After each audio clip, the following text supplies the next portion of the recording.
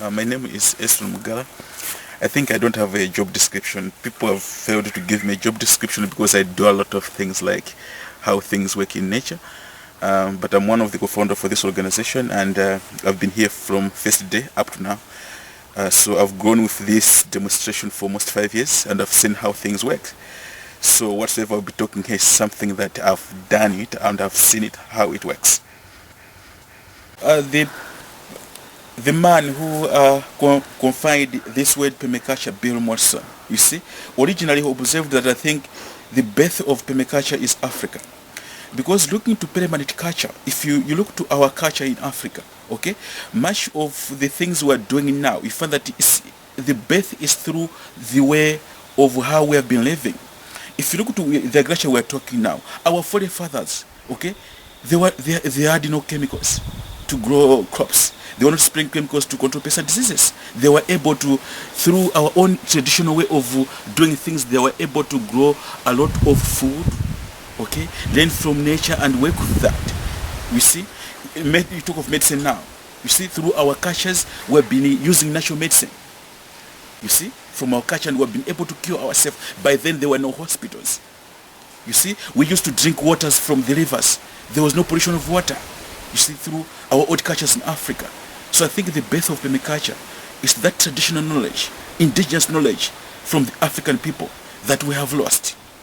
Okay, we have not been able to tamper that knowledge and maybe put them in the books and whatsoever and make use of that. You see, so if you look to sustainable development, I think also learn to the tradition, okay, to the way how people used to do things in Africa. Okay, you find that there's so much that would be able to use that knowledge and be able to develop our sustainable communities in our villages. There's nothing new. There's nothing strange.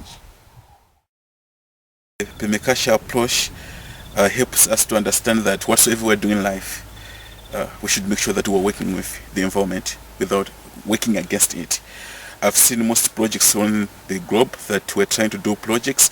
We're designing projects in a linear form. It starts, you have the donor gives the money, the project starts, it ends.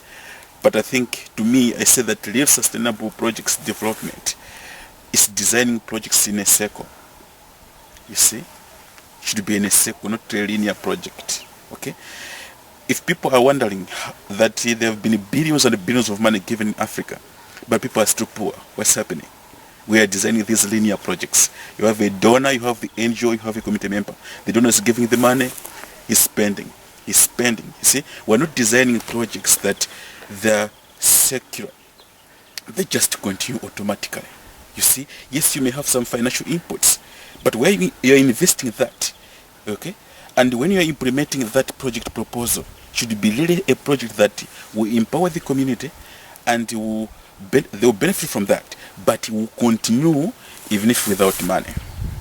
Okay, so people sometimes they wonder what's permaculture. They think it's too much complicated, and oh no, permaculture do lots of things. We find that if you look to learning from nature, things in nature work together. They don't compete. Much of the programs we do, we compete. Then you find that there's a loser and a winner. Okay? But with permaculture approach, you integrate things and you find that there is cooperation. Okay? It's very pathetic to find that you design a project, you are saying we're working on agriculture, separate project, nutrition, separate project, health, separate project. Does it work like that? You see, agriculture and health, they work together. You see that? So the approach of permaculture, it brings most things together and they work together. And through that, that's why it becomes very strong. They sustain each other.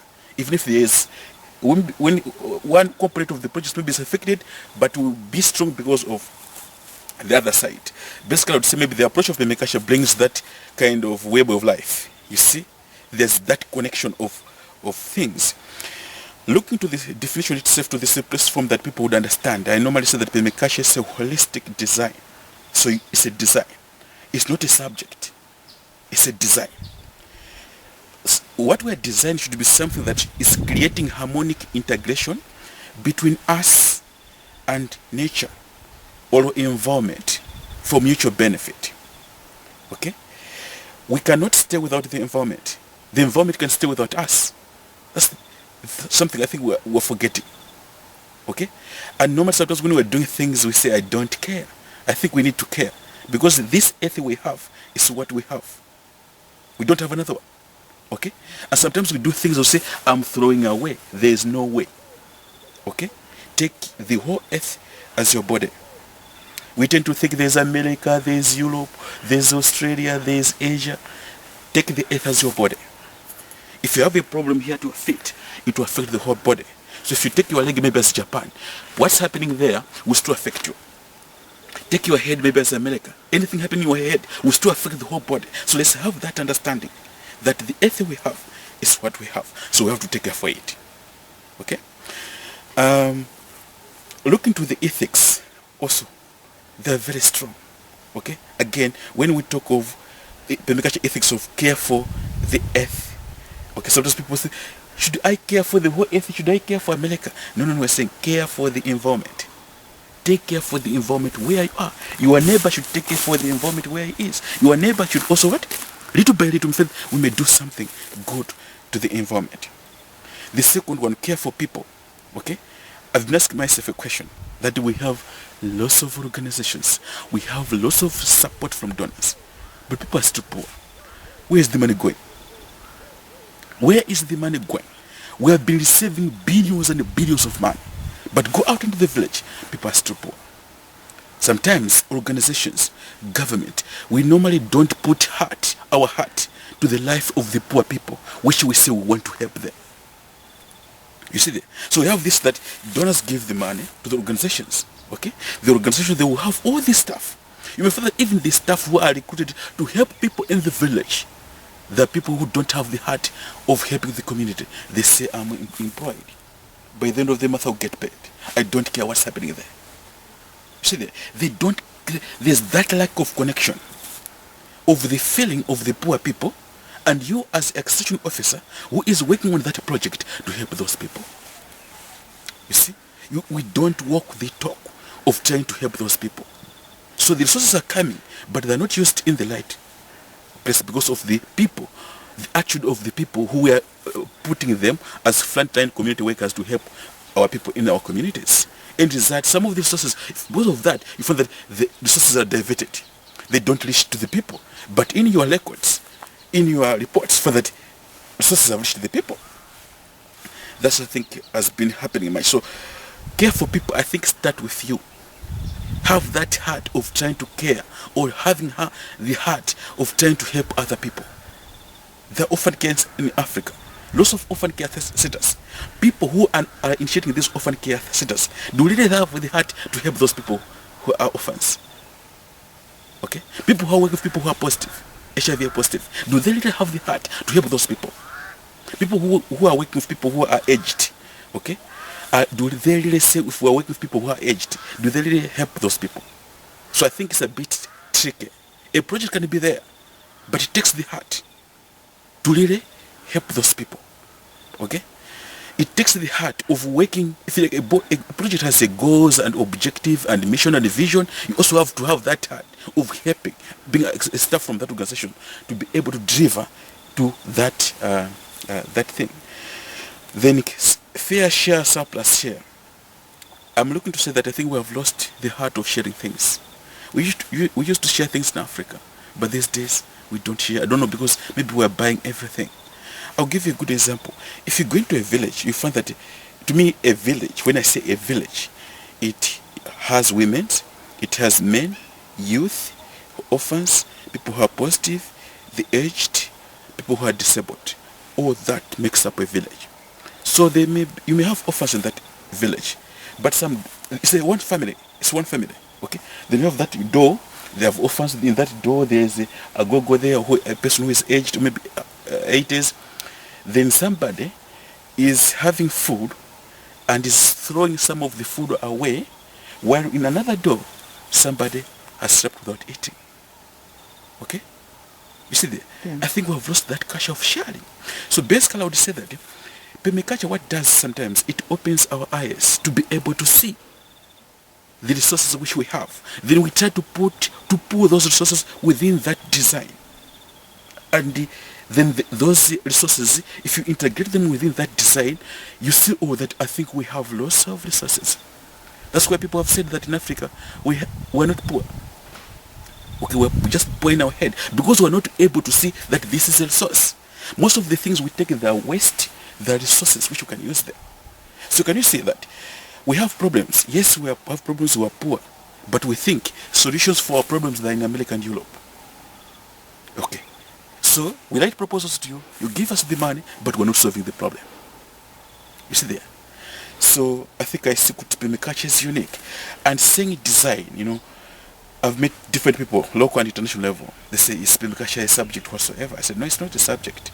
If you have a master's in whatsoever subject you have done at school, when you can use that knowledge from school, okay, that you have learned in different field, biology, science, and whatsoever. But the cautious thing is that when you are using that knowledge from school, on your field, when you are using that knowledge in your design, should be something that you are designing that will help people and environment. So, but sometimes we're very cautious.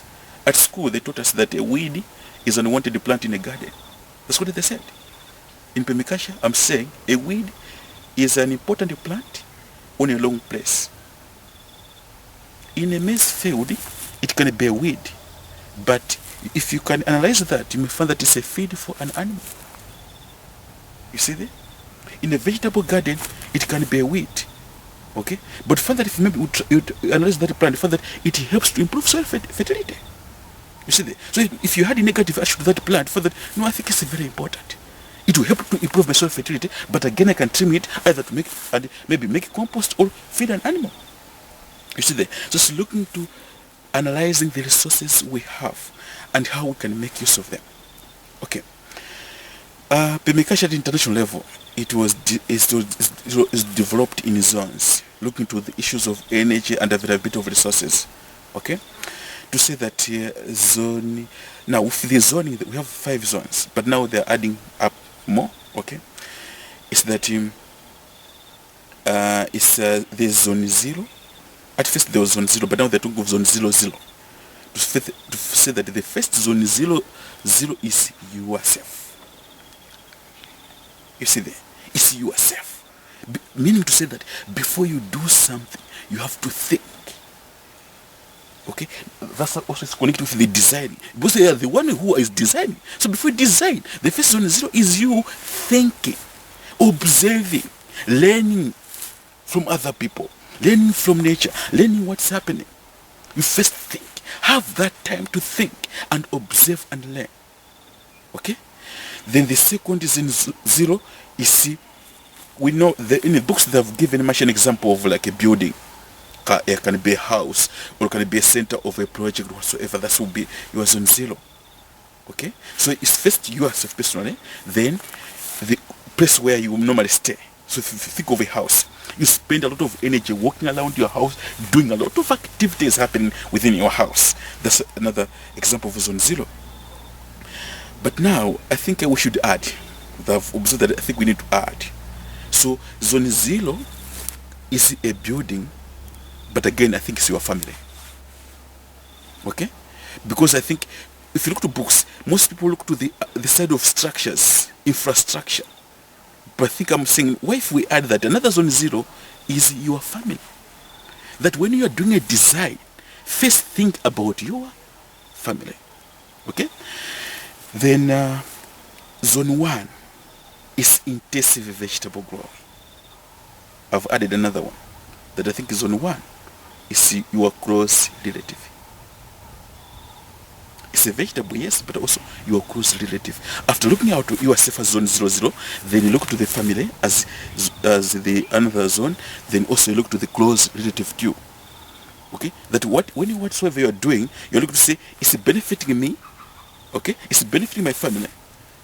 Then what is benefiting me should not be something that should also benefit my close neighbors. Then there's that connection.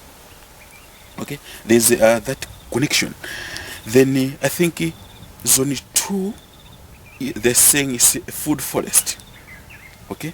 But again, can it be your neighboring communities if you're on the other side? Okay? Then it's true, zone 3 is a staple field. okay, but it can also be your it's places where you're doing projects and you are interacting with all other stakeholders into that. Then of course, yes, zone 4 is a wood rot. Zone 5, we just have to leave that wide for nature. But I think with this kind of zone, let's understand that in Africa, like in America, most people maybe they have just small private land. They may all do design of those zones, others in cities, others in rural areas. But issues of land in Africa is a bit different. And we have to understand that. Like I've seen in the country that maybe the adoption of permaculture, yes, it's there, but there's some resistant because of the approach we are using to the people. You see, I'll give you a good example. That zone 1 is intensive vegetable growing. Right? You find that you see others. If you just focus zone 1 is intensive vegetable growing, people sometimes they will not understand it because the same zone 1, other people they're saying it's a backyard garden, it's a nutritional garden, it's a nutritional kitchen. You see that? So also we have to look. We should not just concentrate on the word, but also look to the other context. How are people understanding the same zone 1 in another context? You see? So if you look to say that if you are pushing it just for zone 1, some people they will have resistance. But for some people, if you say a home garden, they understand that one. If you say a nutritional garden, they will understand that one. You see that? So sometimes, yes, let's look to the wording, but also let's look to what would some people understand more than just focusing on it. Okay? Because for other people, even the word permaculture, they are not happy with it because it umbrellas everything. But what they show much interest is the approach on the ground. You see? So meaning to say that sometimes for other people, you can just take the word permaculture out, then just do the things on the ground. Then when they are fruiting, you say, this is the permaculture approach. So, wow! You see that? So that's zone 1. But now in Africa, a zone 1 is along the river. We normally grow vegetables, intensive vegetables, along the river. You see that? So you may find that this zone 1 in permaculture is promoting upland gardens next to homes, schools, health centers. Okay, well, you also have to look to other issues like water source. Animals are in free range. Animals are in free range in Africa. We just leave them animals. You see that? So sometimes, yes, we can focus on zone 1, but also look to how do we manage animals? What resources do we have? Okay. Now, like with the people working in the communities, are we saying they should stop growing their zone 1 where there's water or along the river and they should bring that to their homes? Yes, but it goes with the amount of land you have. Okay? You may find that there's some people, just after they build their house, they only have this small space. Okay? You may find that maybe you may teach them about zone 1, but maybe what would work would be container gardening for them. You see, putting things in pots and whatsoever. You see that? So I think it's a broad aspect of how do we talk about the intensive vegetables about zone 1. I think zone 2, the way I've seen in most places in Malawi, people have zone 2, but spread out. Because for most people, like we talk of a food forest. A forest with food. What are these people trying to say? But if you analyze it, it's a diverse orchard. In an orchard, if you read the books, they will say plant these fruit trees 5 meters apart, 5 meters apart. Then you say, why do you leave all this space without you making use of them? So find that yes, we are learning from a forest, but a food forest is a diverse orchard, which is making use of all layers of what? You are having food from the ground to the last canopy of what? Of the space. So in the communities, my father, some people they have fruit trees around their homes, but they have some at the staple field. They have some along the river. It's where they have some fruit trees. So some they have already zone 2, but it's spread out. Okay, and sometimes looking to issues of land, you may not just have like a small zone 2 at household level, it varies with issues of land. 3, I think, is fine. With Malawi, it's just a staple field. We normally have staple field. But I think we share much on placards which we are doing in the staple field. Come again to zone 4, they talk of woodlot. Looking to issues of land again, there are people, there are few would have just a specified woodlot. Okay? I think for most of the projects which are happening in the country, a zone 4, you would expect to say, these are places where we have to plant trees. Okay? So, some they would plant trees for homestead around their homes for fire break, for wind break and whatsoever. They will plant some agroforestry species at the staple field. They will plant some trees along the river bank or cash material. So I think we should maybe say, I normally say that zone 4 are places we have to plant trees. Then zone 5 again will explain that places we have to plant what? We just have to leave some places just for nature. Now, for people who in their mind they think I should have a healthy project, I should have an agriculture project, food security, nutrition, climate change, environmental conservation. Okay, they find that in permaculture all these are integrated. Let's just have an analysis of a simple example of a zone 1, intensive vegetable growing. 1, with permaculture, what are we sharing with our fellow farmers in the communities? You find that we are not coming with something new. What we are saying is, you people, you are just growing one crop at a time. With permaculture knowledge, we are saying, no. Can you not integrate some few? Okay? Yes, you have learned that they will compete at school, but observe nature. Learn. You find that they will not compete. They work together. You see, you may have cabbage, you may have onions on the same bed, you may have some beans, you may have some lettuce. All these, they will not compete. They work together. Okay? And they mature on different intervals. So you have food all the time. Okay? Most farmers, they just grow these brassicas families of vegetables for few months, then we have nothing. Malawi is a 12-month growing season.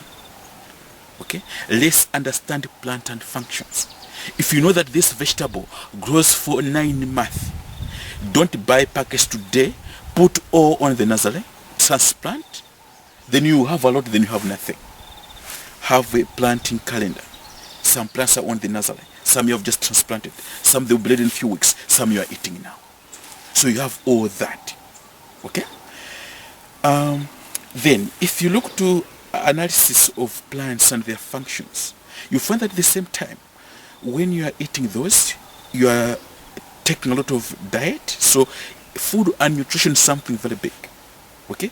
Few years Malawi was food, they said we are very famous on food security with the subsidy program. I was not agreeing with that. Malawi was not food secure. If Malawi was food secure, I think then we should really define the word food security.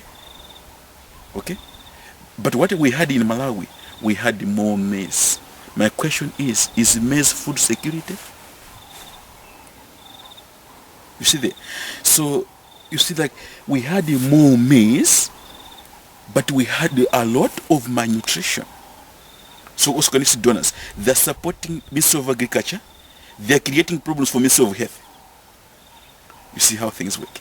Nutrition and health, they work hand in hand. If you don't eat food with calcium, you go to the hospital, they'll give you a tablet of calcium. If you don't eat food with vitamins, you go to the hospital, they give you a tablet of vitamin. So, food and health, they work hand in hand.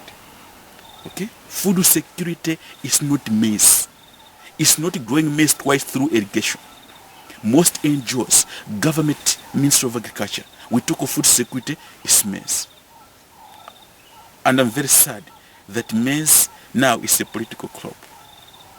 It has been politicized. It's a political crop. Okay? So, organizations which are working on food security projects is growing maize twice a year. That to them is food security. Okay? But that's not the truth. And if you look to nutrition, where we teach people about nutrition in the country, we teach women at the health center about eating six food groups. They go back home, what they have is sima. They'll eat sima.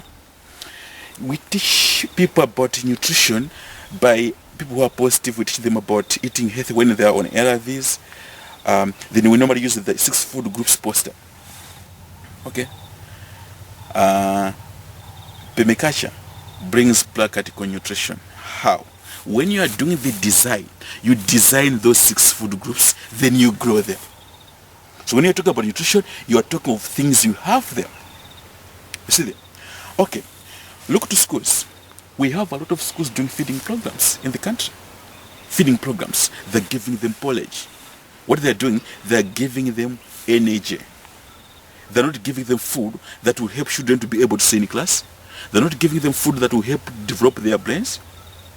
Okay? We're just giving them energy. Children, they don't just need energy. So we're still doing feeding programs, but we're creating a stagnant generation of youth in the country who will not be productive citizens.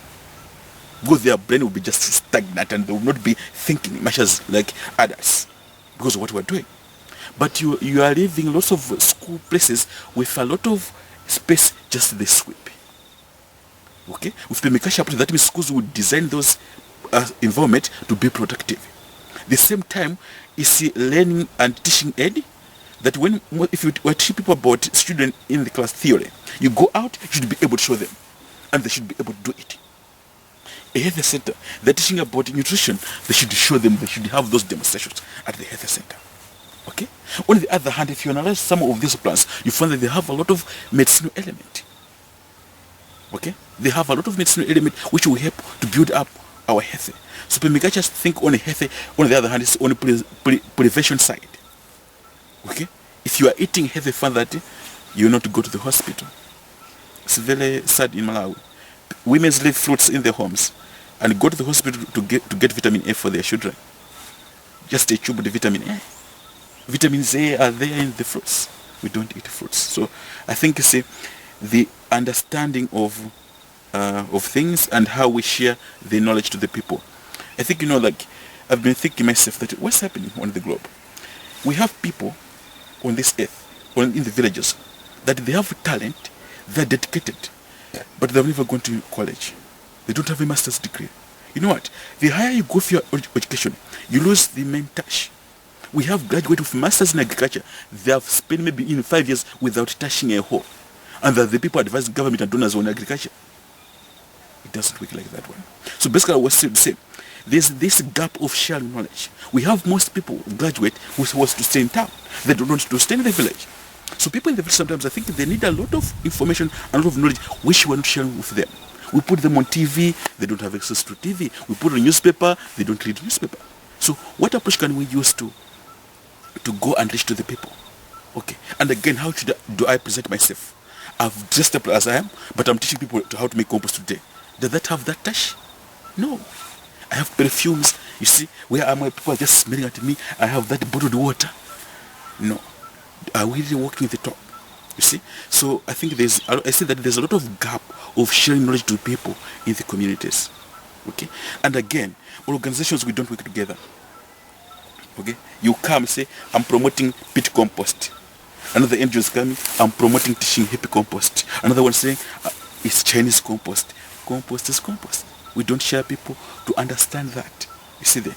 So I think Permaculture approach, we're doing a lot. Okay? Orphan cares. Instead of a donor, somebody asking a donor to be giving the money to buy things for orphans, with this approach, that means they're able to grow food on their own. What you are supporting them is you have given them the money to be trained, and the training becomes hands-on, then they start what? For example, if you have a donor that is supporting you on a food security project and they are giving you money to buy fertilizer, okay? If you stop giving the money, the soil is too poor, nothing. But for this, the money comes in, it trains the people to be able to how to improve their soil fertility on their own. Even if there's no money, the soil is healthy, they'll just be growing. They'll be just be growing. People who are positive, okay, they don't have much energy to be going very far to grow food.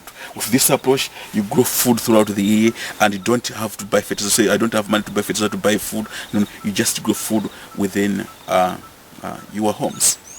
Okay, so there's a lot that I think we're doing Permaculture, and there's I think nothing new. I think we're able to. We don't use fertilizer, but learn from nature. Who is applying fertilizer in that forest for things to grow? That's where we're missing agriculture. If people are talking of sustainable agriculture on paper whatsoever, a best model is a forest. That's what we're trying to do here. Okay? What we're sharing is people don't understand it. That's why even when they're making compost, they don't use compost. Why? Because they don't believe and they don't understand that those mineral sources which were in a bag of fertilizer, we still have them naturally. You see there? So all what you see here is things that have been grown without fertilizer. We have not bought a single chemical to control pests and diseases. We're working with nature and learning from nature. How does nature control pests? If we can understand that, money without planning and learning will not solve the problem. Okay? So let's learn from the old traditional knowledge on food and infrastructure development and sustainable building whatsoever from the local knowledge from Africa.